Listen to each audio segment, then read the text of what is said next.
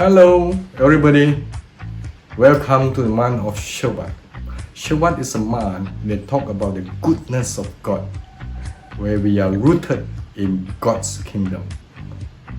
I'm going to blow 4 turkeys and 4 turbas.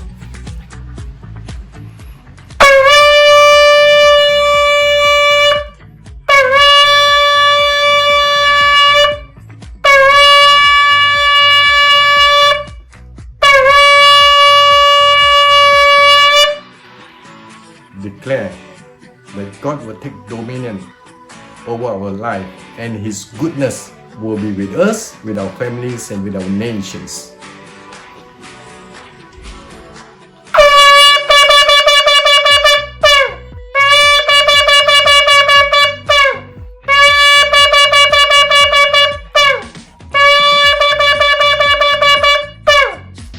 We declare the blessings of the Lord will be with us and our families, each and every one of us, for each new day.